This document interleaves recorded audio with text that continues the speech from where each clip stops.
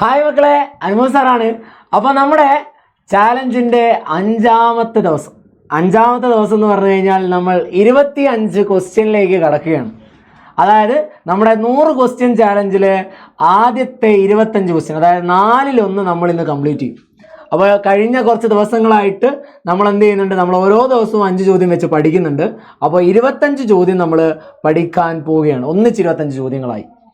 Okay, അപ്പോൾ ഓരോ ദിവസത്തെയും ക്വസ്റ്റ്യൻസ് മക്കൾ എന്ത് ചെയ്യണം എന്ന് പറഞ്ഞാൽ കൃത്യമായിട്ട് ചെയ്ത് പഠിക്കണം. ചെയ്ത് പഠിക്കുമ്പോൾ മാത്രമേ എന്ത് ചെയ്യൂ, നമ്മളിലേക്ക് എത്തും. അപ്പോൾ ആ രീതിക്ക് എന്ത് ചെയ്യടാ, കൃത്യമായിട്ട് പഠിച്ചു പോവുക. ഓക്കെ, അങ്ങനെയാണെങ്കിൽ നമുക്ക് ഇന്നത്തെ ചോദ്യത്തിലേക്ക് കടക്കാം. ഓക്കെ, ചോദ്യത്തിലേക്ക് കടക്കുന്നതിന് മുന്നേ നമുക്ക് ഓരോ ദിവസവും കഴിയും തോറും നമ്മുടെ എന്ത് ചെയ്യുന്നുണ്ട്, നമ്മളെ എക്സാം ഇങ്ങനെ അടുക്കുന്നുണ്ട്. കഴിഞ്ഞ കുറച്ച് ദിവസത്തായിട്ട് ഞാൻ നമ്മുടെ ഈ ചാലഞ്ചിൻ്റെ ഇടയിൽ കുട്ടികൾ കുറച്ചുകൂടി കൺസെപ്റ്റ് വേണമെന്നും അതേപോലെ തന്നെ ഈ വരയ്ക്കുന്നത് കുറച്ചുകൂടി ഇതാക്കണം. അപ്പോൾ നമുക്ക് എന്ത് ചെയ്യാം, ആ രീതിക്ക് എന്ത് ചെയ്യാം, നമുക്ക് ഇന്നത്തെ കാര്യങ്ങൾ കൃത്യമായിട്ട് പറയാം. ഓക്കെ, അപ്പോൾ 20 ഡേയ്സ് ചാലഞ്ചിൻ്റെ അഞ്ചാമത്തെ ദിവസം ഓക്കെ, നമ്മുടെ അഞ്ചാമത്തെ ദിവസത്തെ ഫസ്റ്റ് ക്വസ്റ്റ്യൻ, 21ാമത്തെ question. Okay, in the figure angle B is 90 degree, tan A equal to 4/3, find sine A and cos A. ചിത്രത്തിൽ കോൺ ബി എന്താണ്, 90 ഡിഗ്രിയാണ്. tan A എന്ന് പറയുന്നത് എത്രയാണെടാ, 4/3 ആണ്. tan A എന്ന് പറയുന്നത് എന്താണ്, 4/3 ആണ്. ഇവിടെ ശ്രദ്ധിക്കേണ്ട ഒരു കാര്യം, എ എന്ന് പറയുന്ന സൈഡ്, എ എന്ന് പറയുന്ന ആംഗിൾ, ആ ആംഗിളിന് ഓപ്പോസിറ്റ് ഉള്ളതും അഡ്ജസൻ്റ് ഉള്ളതും നമുക്ക് കണ്ടുപിടിക്കണം. അതായത് tan A എന്ന് പറയുന്നതിൻ്റെ അർത്ഥം എന്താ, tan എന്ന് പറയുന്നത് എതിർവശം ബൈ സമീപവശമാണ്, ഓപ്പോ ബൈ അഡ്ജസൻ്റ് ആണ്. അപ്പോൾ എ ആകുമ്പോൾ എയുടെ ഓപ്പോസിറ്റ് എന്ന് പറയുന്ന tan Aയുടെ ഓപ്പോസിറ്റ് എന്ന് പറഞ്ഞാൽ അവിടെ 4ഉം ഇവിടെ എന്ത് വരുടാ, 3ഉം വരും. അപ്പോൾ tan A എന്ന് പറയുന്നത് നമ്മൾ അങ്ങനെ എടുക്കുക, എതിർ ബൈ ഇത്. ഇതിൻ്റെ നമുക്ക് എന്ത് കണ്ടുപിടിക്കാം, AC കണ്ടുപിടിക്കാം. നിങ്ങളിങ്ങനെ ആലോചിച്ചാൽ മതി.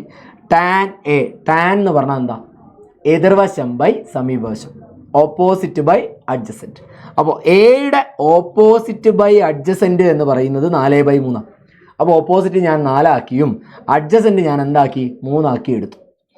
അങ്ങനെയാണെങ്കിൽ നമുക്ക് AC ഇവിടെ എങ്ങനെ കണ്ടുപിടിക്കാം, AC equal to root of 4² + 3², that is equal to 16 + 9 root 25, that is equal to 5. അപ്പോൾ ഇതെന്ത് കിട്ടിയടാ, AC 5ഉം കിട്ടി. ഇങ്ങനെ കിട്ടിക്കഴിഞ്ഞാൽ നമ്മളോട് കാണാൻ പറഞ്ഞ സൈനും കോസും അല്ലേ. അപ്പോൾ sine A equal to sine എന്ന് പറഞ്ഞാൽ എന്താ, എതിർവശം ബൈ കർണം, ഓപ്പോസിറ്റ് ബൈ ഹൈപ്പോട്ടിനസ്. അപ്പോൾ എതിർവശം 4, കർണം 5, അപ്പോൾ 4/5. കോസ് എന്താടാ, കോസ് എ ഈക്വൽ ടു 3/5.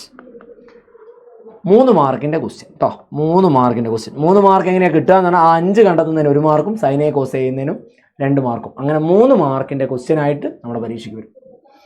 ഇനി രണ്ടാമത്തെ ചോദ്യം നമ്മുടെ ഏത് ചാപ്റ്ററാ, consider a circle centred at 2, 3 and 8, 1.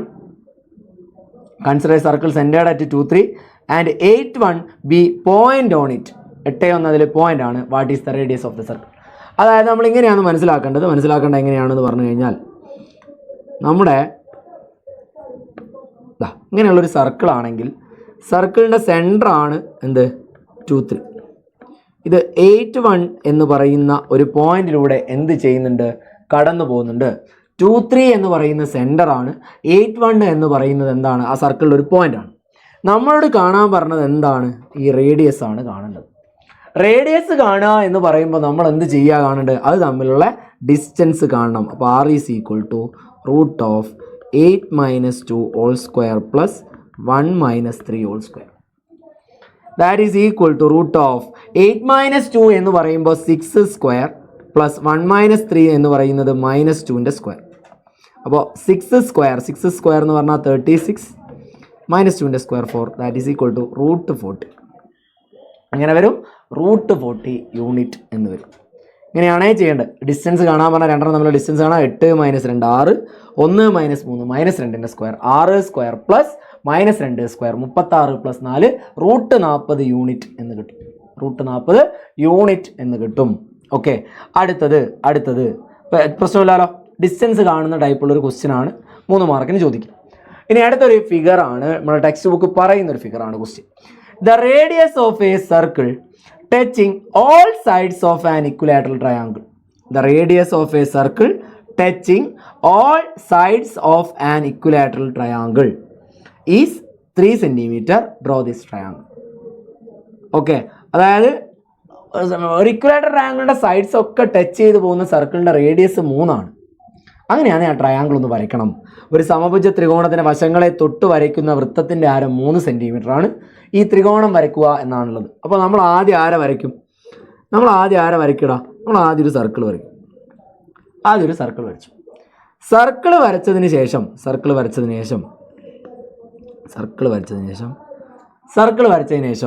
നമുക്ക് കിട്ടേണ്ടത് ഇക്വിലാറ്ററൽ ട്രയാങ്കിൾ ആയതുകൊണ്ട് അതിൻ്റെ ഓരോ ആംഗിളും എത്രയായിരിക്കും? ഇക്വിലാറ്ററൽ ട്രയാങ്കിളിൻ്റെ ഓരോ ആംഗിളും എത്രയായിരിക്കടാ? ഓരോ ആംഗിളും 60, 60, 60 ആയിരിക്കും. ഓരോ ആംഗിളും എന്തായിരിക്കും? 60, 60, 60 ആയിരിക്കും. 60 ആണേ നമ്മൾ വരയ്ക്കേണ്ടതടാ 120 ആണ്. ഇരട്ടിയാണോ? ഇരട്ടി ആയിട്ടല്ല നമ്മൾ 120 എടുക്കുന്നത്. നമ്മൾ 120 എടുക്കുന്നത് ഡബിൾ എന്നുള്ള മീനിങ്ങിലല്ല. നമ്മൾ എടുക്കുന്നത് 180 നിന്ന് 60 മൈനസ് ചെയ്യുക എന്നതാണ്. 180 മൈനസ് 60. അങ്ങനെയാണ് നമുക്ക് 120 കിട്ടുന്നത്. അപ്പോൾ നമ്മൾ എന്ത് ചെയ്യും?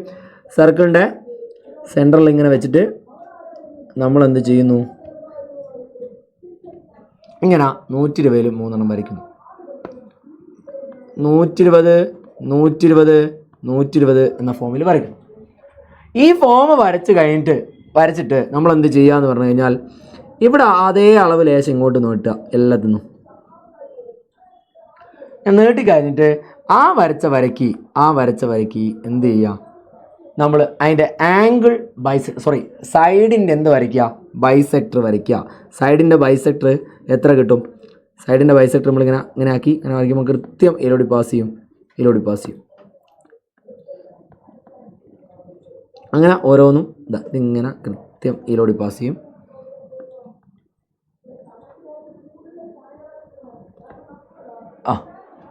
അതേപോലെ എന്ത് ചെയ്യുക? 3 വശത്തിൻ്റെ എന്ത് വരയ്ക്കുക? ബൈസെക്ടർ വരയ്ക്കുക. ബൈസെക്ടർ വരയ്ക്കുമ്പോൾ 3 ലൈനും ബൈസെക്ടർ വരയ്ക്കുമ്പോൾ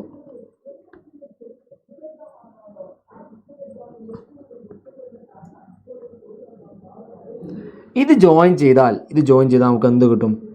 നമ്മളിങ്ങനെ ജോയിപ്പിക്കുമ്പോൾ അങ്ങനെ തന്നെ 3 സൈഡിൻ്റെയും വരച്ച് കഴിഞ്ഞ് ജോയിൻ ചെയ്യുന്നതാണ് നമ്മുടെ ഇക്വിലാറ്ററൽ ട്രയാങ്കിൾ. ഇത് 120 ആയതുകൊണ്ട് ഓരോ സൈഡും എത്രയായിരിക്കും? 60 ആയിരിക്കും. ഓരോ സൈഡും എത്രയായിരിക്കും? 60 ഡിഗ്രി കിട്ടും. 60, 60, 60. ഇതാണ് നമ്മുടെ 3 മാർക്കിന് ചോദിക്കുന്ന ചോദ്യം. അപ്പോൾ എന്ത് ചെയ്യണം? ആദ്യം എന്താ വരയ്ക്കേണ്ടത്? ആദ്യം നമ്മൾ ആ സർക്കിൾ വരയ്ക്കുന്നു. തന്നിരിക്കുന്ന ആംഗിള് ഇക്വിലാറ്ററൽ ട്രയാങ്കിൾ ആയതുകൊണ്ട് 60 ആയതുകൊണ്ട് നമ്മൾ 120 കട്ട് ചെയ്യുന്നു. 120 കട്ട് ചെയ്തിട്ട് സെൻട്രലാണേ 120 കട്ട് ചെയ്തിട്ട് നമ്മൾ എന്ത് ചെയ്യുന്നു? ആ കട്ട് ചെയ്ത ഓരോ പോയിന്റിനും എന്ത് വരയ്ക്കുന്നു? ടാൻജന്റ് വരയ്ക്കുന്നു. ആ പോയിന്റിലൂടെ പാസ് ചെയ്യുന്ന ടാൻജന്റ് വരച്ചിട്ട് അത് മീറ്റ് ചെയ്യുമ്പോൾ നമുക്ക് എന്ത് കിട്ടും? ഇക്വിലാറ്ററൽ ട്രയാങ്കിൾ കിട്ടും. ഓക്കെ, ഇതാണ് ചോദ്യം, വരയ്ക്കുന്ന ചോദ്യം. ഇനി അടുത്തത് പോളിനോമിയലായിട്ട് ബന്ധപ്പെട്ടൊരു ക്വസ്റ്റ്യൻ ആണ്. The length of a rectangular hall is 5 metre more than its width. 5 meter more than its width, and the area of the hall is 84 square meter. If the length is x, what will be the width?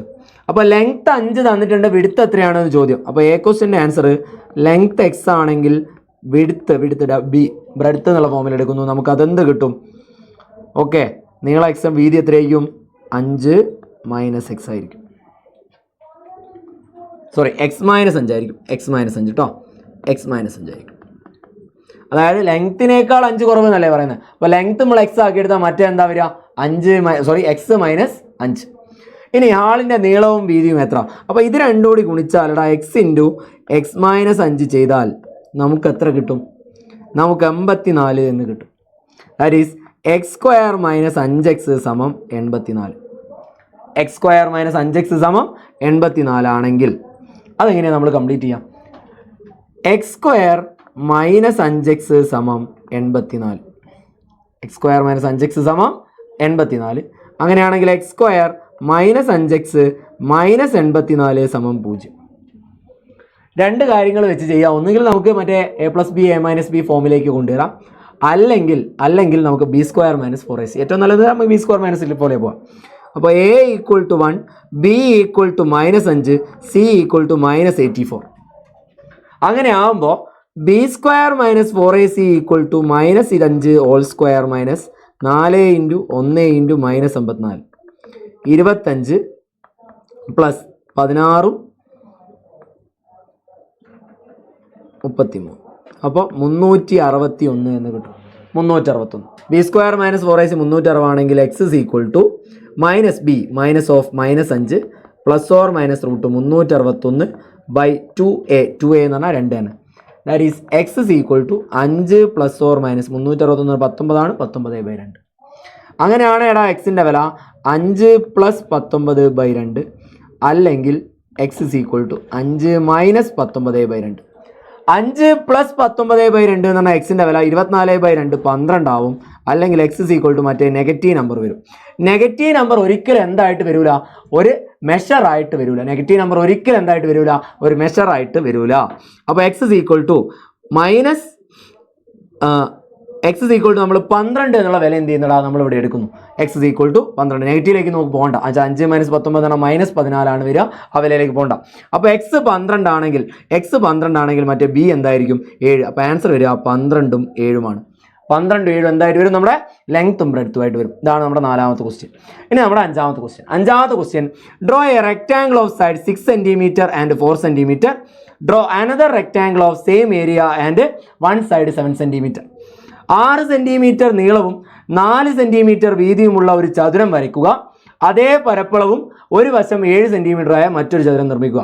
എടാ ഇത് നമ്മുടെ അത്ര important ആണ്. നമ്മുടെ public എക്സാമിനും അതേപോലെ തന്നെ നിങ്ങളുടെ Christmas എക്സാമിനും 5 മാർക്കിന് ഉറപ്പാണ് ചോദ്യം ചോദിക്കും. 5 മാർക്കിന് എന്തായാലും ക്വസ്റ്റ്യൻ കാണും. ഒന്നെങ്കിൽ ഇത് വരും, അല്ലെങ്കിൽ നേരത്തെ കഴിഞ്ഞ ദിവസം നമ്മൾ ചെയ്ത സ്ക്വയറിൻ്റെ കണക്ക് 4 മാർക്കിന് ചോദിക്കും. ഓക്കെ, ഈ 2 ചിത്രങ്ങളിൽ ഒരു ചിത്രം എന്തായാലും നിങ്ങൾ നോട്ട് ചെയ്ത് വെച്ചോ, എന്തായാലും അത് വരും. ഓക്കെ, അപ്പോൾ ഇവിടെ നമ്മൾ എന്താ ചെയ്യേണ്ടതെന്ന് പറഞ്ഞാൽ നമ്മൾ ആദ്യം ആ റെക്റ്റാങ്കിൾ വരയ്ക്കാം. 6 സെൻറ്റിമീറ്റർ നീളവും 4 സെൻറ്റിമീറ്റർ വീതിയുമുള്ള റെക്റ്റാങ്കിൾ നമ്മൾ ആദ്യം ഫോം ചെയ്യുക. അപ്പോൾ എങ്ങനെയാണ് റെക്റ്റാങ്കിൾ വരയ്ക്കുക? റെക്റ്റാങ്കിൾ കൃത്യമായിട്ട് എന്ത് ചെയ്യുക, അളവെടുത്ത് വരയ്ക്കുക. അതിനുശേഷം എന്ത് ചെയ്യുന്നുണ്ടാ, അതിനുശേഷം അവിടെ നമ്മളോട് പറയുന്നുണ്ട് നമുക്ക് വരയ്ക്കേണ്ട മറ്റൊരു റെക്റ്റാങ്കിൾ 7 സെൻറ്റിമീറ്റർ ആയിരിക്കണം വശം. പരപ്പളവ് എന്ത് ചെയ്യാൻ പാടില്ല, ഏരിയ എന്താവാൻ പാടില്ല, മാറാൻ പാടില്ല.